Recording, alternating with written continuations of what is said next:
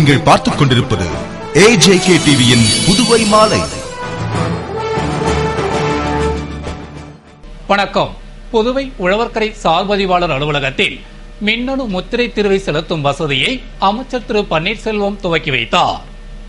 புதுவையில் முதன்முறையாக இணையதளம் வழியாக கூடுதல் கட்டணமின்றி முத்திரை திருவை செலுத்தும் மின்னணு முத்திரை திருவை செலுத்தும் வசதி புதுச்சேரி சார்பதிவாளர் அலுவலகத்தில் கடந்த 18/7/2012 அன்று அறிமுகப்படுத்தப்பட்டது.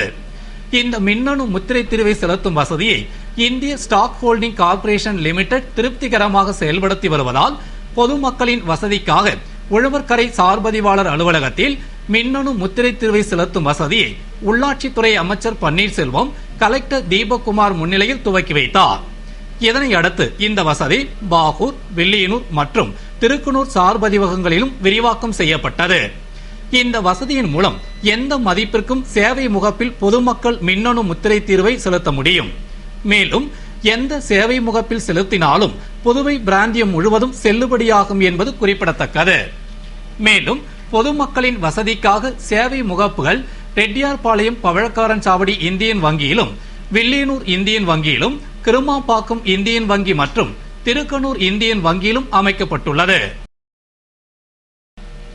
புதுவையில் மதிப்பு கூட்டு வரி உயர்வை மறுபரிசீலனை செய்யக்கோரி வர்த்தக சபை நிர்வாகிகள் முதல்வர் திரு ரங்கசாமியை நேரில் சந்தித்து மனு அளித்தனர்.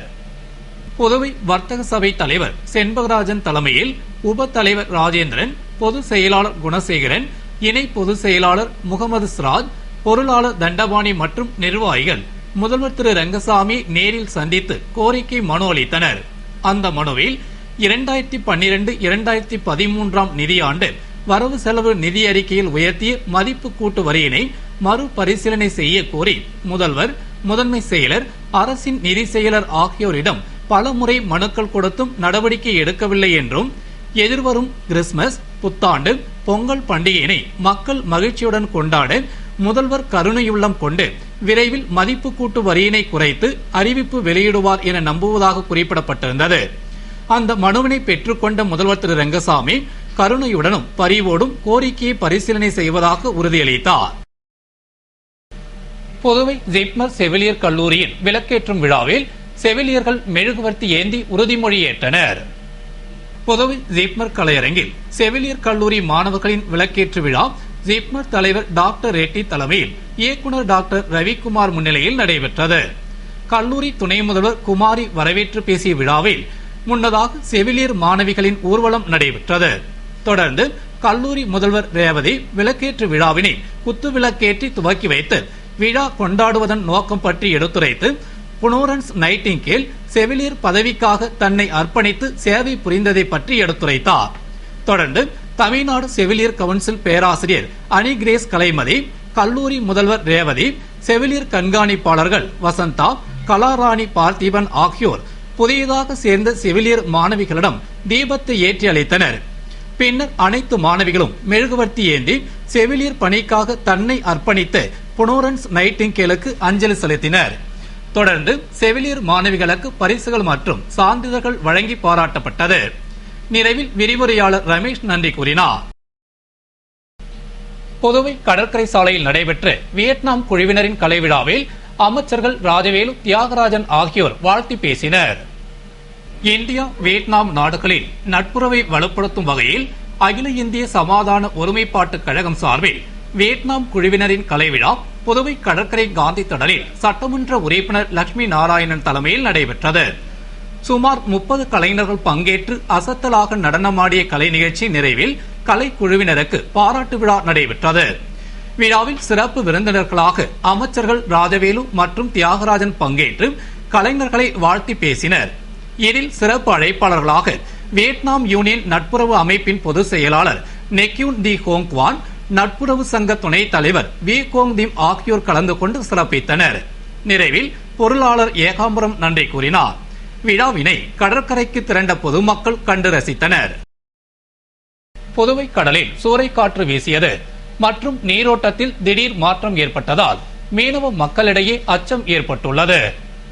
புதுவையில் கடந்த 15ஆம் தேதி குருசுக்குப்பம் மீனவர்கள் கடலுக்கு மீன்பிடிக்க சென்ற பொழுது ராட்சத அலைகள் எழும்பியது மற்றும் படகுகள் கவிழ்ந்தது. இதனால் சுனாமி பீதி ஏற்பட்டு மீனவ கிராமங்களில் பரபரப்பு ஏற்பட்டு பின்னர் சகஜ நிலை திரும்பியது. ஆனால் ஆழ்கடலில் கிடைக்கக்கூடிய மீன்கள் அதிக அளவில் கிடைத்ததால் மீனவர்கள் கலக்கமடைந்தனர். இதனிடையே சுனாமி போன்ற கடல் பாதிப்பு ஆராய்ச்சி மேற்கொள்ளும் மாசா சுவாமிநாதன் மையத்தினர் சில நாட்களுக்கு புதுவை மீனவர்கள் கடலுக்கு செல்ல வேண்டாம் என்று எச்சரிக்கை விடுத்திருந்தனர். இந்நிலையில் இன்று மீனவர்கள் கடலுக்கு மீன்பிடிக்க சென்ற பொழுது கடலில் ராட்சத அலைகள் எழும்பியதோடு நீரோட்டமும் மாறியிருந்தது. பலத்த சூறைக்காற்று வீசியது. மேலும் அழிவு ஏற்படும் நாட்களில் தென்படும் அறிகுறிகள் கடலில் காணப்பட்டதால் பதற்றமடைந்த மீனவர்கள் விசை படகுகளுடன் பாதியில் கரை திரும்பினர். இதனால் தேங்காய்த்திட்டு துறைமுகம் மற்றும் கடற்கரை கிராமங்களில் படகுகள் பாதுகாப்பாக நிறுத்தி வைக்கப்பட்டன. மேலும் மீனவர்களிடையே அச்சம் ஏற்பட்டுள்ளது. மேலும் கடலில் ராட்சத அலைகள் எழும்பியது பொதுமக்கள் மற்றும் சுற்றுலா பயணிகள் ஆச்சரியத்துடன் பார்த்தனர். இதுகுறித்து மீனவர் கூறும் பொழுது, புயல் போன்ற அழிவு நெருங்கும் பொழுது ஆழ்கடலில் வசிக்கும் ஓரா, காரை வகை மீன்கள் தற்போது சிறிது தூரத்திலேயே கிடைக்கிறது.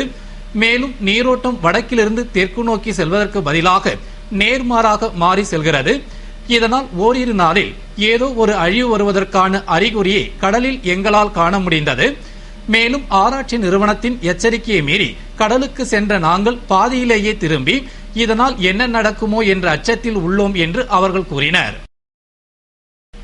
புதுவை கருவடிக்குப்பம் மயானத்தில் அமைக்கப்பட்டுள்ள எரிவாயுவால் இயங்கும் எரிமேடையை அமைச்சர் திரு பன்னீர்செல்வம் பார்வையிட்டு ஆய்வு செய்தார். புதுவை கருவடிக்குப்பத்தில் உள்ள உழவர்கரை நகராட்சியால் பராமரித்து வரும் மயானத்தில் இறந்தவர்களின் உடலை எரிக்கும் போது மயானத்தை சுற்றியுள்ள குடியிருப்புகள், வணிக நிறுவனங்கள் சடலம் எரியும் பொழுது புகை மற்றும் துர்நாற்றத்தினால் பாதிக்கப்படுகின்றனர் என்று 1 கோடி ரூபாய் மதிப்பீட்டில் மின்தகன மையம் அமைக்கப்பட்டது.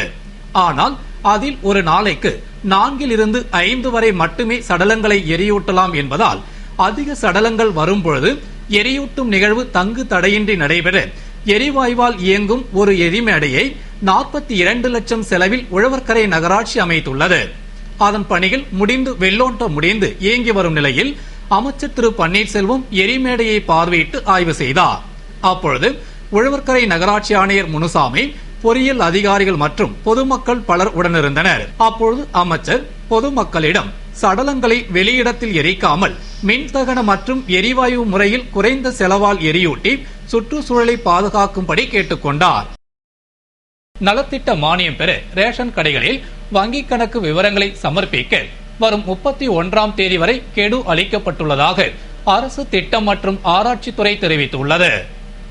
புதுவையில் வரும் ஜனவரி 1ஆம் தேதி முதல் அரசின் நலத்திட்டங்களுக்கான உதவித்தொகை பயனாளிகளின் வங்கிக் கணக்கில் செலுத்தப்பட உள்ளதால் புதுவை மாவட்டத்தில் உள்ள பயனாளிகள் ஏற்கனவே வங்கியில் கணக்கு இருக்கும் பட்சத்தில் அதற்கான விவரத்தை சம்பந்தப்பட்ட ரேஷன் கடைகளில் சமர்ப்பிக்க வேண்டும் என்றும், மேலும் இதுவரை வங்கியில் கணக்கே இல்லாதவர்கள் தங்கள் குடியிருப்புக்கு அருகில் உள்ள வங்கி கிளையில் வங்கிக் கணக்கை உடனடியாக துவங்க வேண்டும், அல்லது பயனாளிகள் தங்களது குடும்பத்தில் உள்ள நபர்களில் யாருக்கேனும் வங்கிக் கணக்கு இருக்கும் பட்சத்தில் அந்த கணக்கில் தங்களது பெயரை இணை கணக்காக ஏற்படுத்திக் கொள்ளுமாறு கேட்டுக் கொள்ளப்படுகிறார்கள் என்றும், வரும் 31ஆம் தேதிக்குள் விவரங்கள் முழுமையாக அளிக்காத பட்சத்தில் அரசின் பல்வேறு திட்டங்களின் மூலம் வழங்கப்படும் உதவிகள் பயனாளிகளுக்கு அளிக்கப்பட மாட்டாது என்று புதுவை அரசின் திட்டம் மற்றும் ஆராய்ச்சித்துறையும் மாநில அளவிலான வங்கிகளின் குழுவும் தெரிவித்துள்ளது.